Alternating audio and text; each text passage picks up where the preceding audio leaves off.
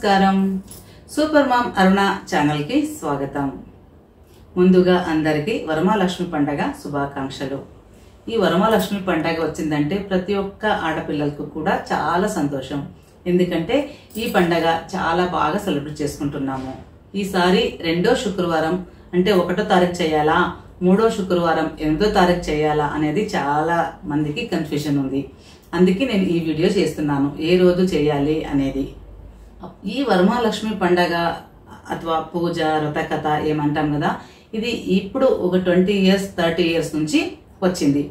అంతకుముందు ఇడీ శ్రావణ మాసంలో ఎన్ని వారాలు వస్తాయో, 4 వారాలు కానీ 5 వారాలు కానీ ఎన్ని వారాలు వచ్చినా సంపత్తు శుక్రవారం అని ఆ రోజు అన్ని వారాలు లక్ష్మీ పూజ చేస్తూ వచ్చేవాళ్ళము।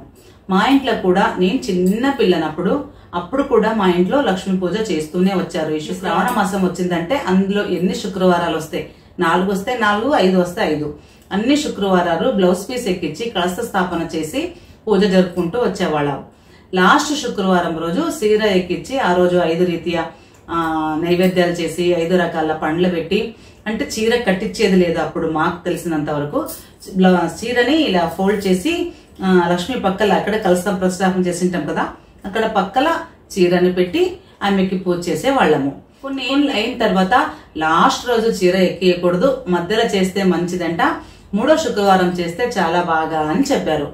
ఇంక ఎప్పుడైనా చేసేదే కదా, లక్ష్మికి కదా, అందులో తప్పేముంది, ఎవరో ఒకరు పెద్దవాళ్ళు చెప్పారంటే మనం వినాలి కదా అనేసి మా ఇంట్లో ఏం చేశారు, లాస్ట్ వారం వదిలేసి 3వ వారం లక్ష్మీ పూజ అంటే 4 వారాలు చేస్తాము, 3వ వారం చీర పెట్టి 5 రకమైన వంటకాలు పళ్ళు, ఇప్పుడు వరమహాలక్ష్మి పూజ ఎలా చేసుకుంటామో అలా చేసుకునేవాళ్ళం। ఇంకా కొన్నేళ్ళు అయినాక బెంగళూరు వాళ్ళు అక్కడ ఎవరో వచ్చి పెద్దోళ్ళు చెప్పి, మీరు పున్నమైనాక 3వ శుక్రవారం చేసేదానికన్నా మా సైడ్ పున్నము లోపలే వచ్చే 2వ శుక్రవారం చేస్తే మరీ మంచిదంట, ఆ రోజు వ్రతం అని చాలా మంది చేస్తారు, అలా చేస్తే బాగా అని చెప్పారు।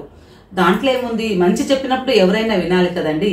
అప్పటి నుంచి మేము కూడా అందరూ 2వ శుక్రవారం అంటే పున్నం కందా, పున్నం దగ్గరలో ఉంటుంది కదా, ఆ శుక్రవారమే వరమహాలక్ష్మి పూజ జరుపుకుంటూ వచ్చాము। ప్రతిసారి 2వ శుక్రవారమే పుణ్యం దగ్గరలో వచ్చే వారము, అలాగని ప్రతి శుక్రవారం చేసుకుంటా వచ్చాము। ఈసారి పుణ్యం దగ్గరలో అంటే పుణ్యం రేపనంగా వచ్చింది 3వ శుక్రవారము। 3వ శుక్రవారం చేసుకోవచ్చా అంటే కొన్ని క్యాలెండర్లో 1వ తేదీ ఇచ్చారు, కొన్ని క్యాలెండర్లో 8వ తేదీ 3వ శుక్రవారం అని ఇచ్చారు। అందుకని ఎప్పుడు చేసుకోవాలనేది కన్ఫ్యూజన్ ఉంది। మీకు అనుకూలం ఉంది అంత అంటే 3వ శుక్రవారం 8వ తారీఖు చేసుకుంటే మంచిది, ఎందుకంటే ఆ రోజు శ్రవణ నక్షత్రం వచ్చింది। ఏ నక్షత్రం వస్తుంది కదా పున్నం రోజు దానికి పెడతారు।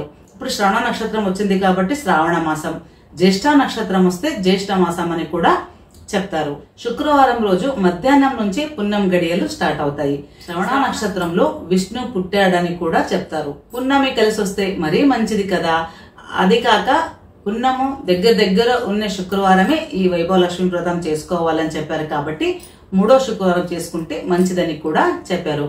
మీకు ఆ రోజు వీలైతే ఖచ్చితంగా 3వ శుక్రవారం చేసుకోండి। లేదు మాము ప్రతి ఏటా 2వ శుక్రవారమే చేసుకుంటూ వచ్చాం కదా, ఇప్పుడు 3వ శుక్రవారం ఎందుకు, మేము 2వ శుక్రవారమే చేసుకుంటామంటే ఖచ్చితంగా చేసుకోవచ్చు। ఇప్పుడు కొంతమందికి డేట్ ఉంటది, 3వ శుక్రవారం మాకు డేట్ వస్తుందని తెలుస్తుంది కదా, అలాంటి వాళ్ళు 2వ శుక్రవారం అంటే 1వ తారీఖు ఈ వరమహాలక్ష్మి పండుగ చేసుకుంటే గన తప్పేమీ లేదు। ఇంకా కొంతమందికి సూతకం వచ్చి ఉంటది అంటే ముడిచెట్టు అంటారు కొన్ని చోట్ల, అంటే డెలివరీ అయి ఉంటది ಅಥವಾ ఎవరైనా చనిపోయి ఉంటారు, ఏమో పుష్పవతి అయి ఉంటది, అలాంటప్పుడు ఈ వ్రతం చేసుకోవడానికి రాదు కదా, అలాంటి వాళ్ళు లేకపోతే ఎక్కడికో వెళ్ళిపోయి ఉంటాము, మన పని నిమిత్తంగా కూడా ఎక్కడికైనా వెళ్ళింటాము, ఇంట్లో పీరియడ్స్ వస్తాయని మొదలే చెప్పాను, అలా ఏమన్నా ప్రాబ్లం అయ్యి మీకు 2వ శుక్రవారము మరి 3వ శుక్రవారం అంటే 1వ తారీఖు 8వ తారీఖు రెండూ చేసుకోవడానికి కుదరకపోయినా 4వ శుక్రవారం కూడా ఈ లక్ష్మీ పూజను చేసుకోవచ్చు, తప్పేమీ లేదు। ఈ శ్రావణ మాసంలో ఎన్ని శుక్రవారాలు వస్తాయి కదా, అన్ని శుక్రవారాలు కూడా సంపత్ శుక్రవారాలు అనే పిలుస్తారు, అంటే అంత సంపత్తు వృద్ధి అవుతుంది అనమాట। మీకు ఎప్పుడు కుదిరితే అప్పుడు ఈ 5 శుక్రవారాల్లో ఎప్పుడైనా ఒకసారి లక్ష్మీ పూజ చేసుకున్నా మరీ మంచిది, 5 శుక్రవారాలు చేసినా ఇంకా మంచిది। ముఖ్యంగా భక్తి మరియు శ్రద్ధ రెండు కావాలి, ఎంత నిష్ఠతో మీరు చేసుకుంటారో, భక్తి ప్రధానమే ముఖ్యంగా, మీరు ఎంత శ్రద్ధతో చేస్తారో అంత వృద్ధి అవుతుంది అనమాట। 3వ శుక్రవారం 8వ తారీఖు పున్నం కూడా కలిసి వస్తుంది కదా, ఆ రోజు చేసుకుంటే మంచిది. మీకు ఆ రోజు వీలు లేదు, మేము రెండో శుక్రవారం చేసుకుంటామంటే ఖచ్చితంగా రెండో శుక్రవారం చేసుకోవచ్చు, తప్పేమీ లేదు. ఇవి రెండు కుదరకపోయినా 4వ శుక్రవారం కూడా ఈ పూజ చేసుకోవచ్చు, తప్పేమీ లేదు. మొత్తంగా చెప్పాలంటే ఈ 5 శుక్రవారాల్లో ఏ ఒక్క రోజైనా ఆ లక్ష్మీ పూజ చేయండి, ఆ లక్ష్మీ కటాక్షను పొందండి.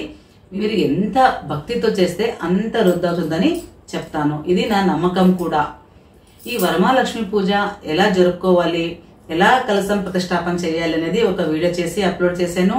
అదే కాక కలశం విసర్జన చేస్తాం కదా, ఆ సామాన్లు ఏం చేయాలి, ఎలా విసర్జన చేయాలి అనేది కూడా లాస్ట్ ఇయర్ వీడియో చేసి అప్లోడ్ చేశాను. మీరు నా ఛానల్లోకి వెళ్ళి ఆ వీడియోను చూడవచ్చు. వరమహాలక్ష్మి పండగ ఫ్రమ్ సూపర్ మామ్ అరుణ అని కొడితే నా వీడియోస్ అన్నీ వస్తాయి. అలాగే మొదలే ఏమేమి తెచ్చుకోవాలి అంటే ముందుగా ఏ సామాన్లు తెచ్చుకోవాలన్నది కూడా ఒక వీడియో చేసి అప్లోడ్ చేశాను. ఆ వీడియోలన్నీ చూసి తెలుసుకోండి అని చెప్తూ ఈ వీడియో ముగిస్తున్నాను. నమస్కారం.